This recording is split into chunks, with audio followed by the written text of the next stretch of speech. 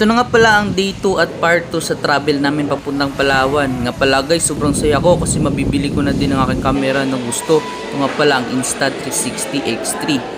At bali guys, i-share ko na din sa inyo kung magkano nga bang pamasahe from Cebu to Puerto Princesa, Palawan. Tara, let's go! Yo, what's up? So pupunta na ako ngayon sa camera house para bilhin yung Insta360 X3. Grabe, hiningal ako Final kahit decision. escalator na nga yung sinasakyan So, ko. tara, Papunta na nga pala ako ng camera house dito Ito sa na nga SM yan. Cebu. Sobrang dami ng tinda nila guys. Merong DJI drone, merong digital camera, merong GoPro. At syempre andito na din yung camera na gusto ko, yung Insta360 X3. Pagkatapos guys, dito na din pala kami nag-unboxing.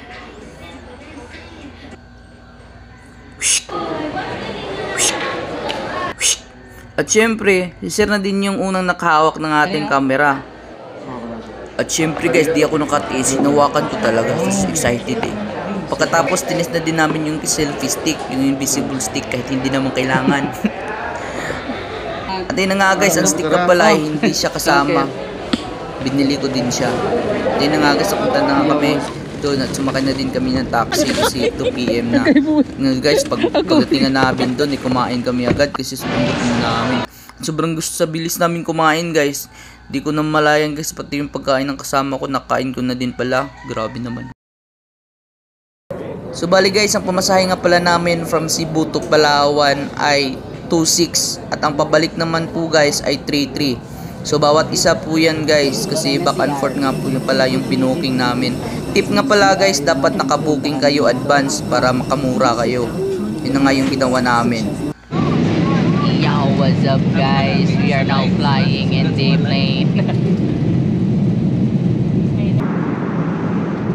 Yo, tingnan nyo kung ano nangyari sa aming mga pagkain. No? Tingnan nyo yung Nova. parang sasabog na. Kanina nang pagbili namin ito sa SM, flat po to. Pero ngayon, pagsakay namin ng eroplano, tingnan nyo, halos sasabog na tong Nova na to. At hindi lang ito, talagang lahat. Tingnan nyo, pati yung Piatos, pati yung Chippy, saka yung Dingdong. Grabe. 47. Yo, what's up? Time check, it's 8:45. 47. 47. So, touchdown na kami dito sa Puerto Princesa. Tapos baka next day punta kami ng Taytay. At yun na nga guys, dumating na kami 8 PM. Kaya this is biyahe na rin guys. See you at the next vlog. Peace out!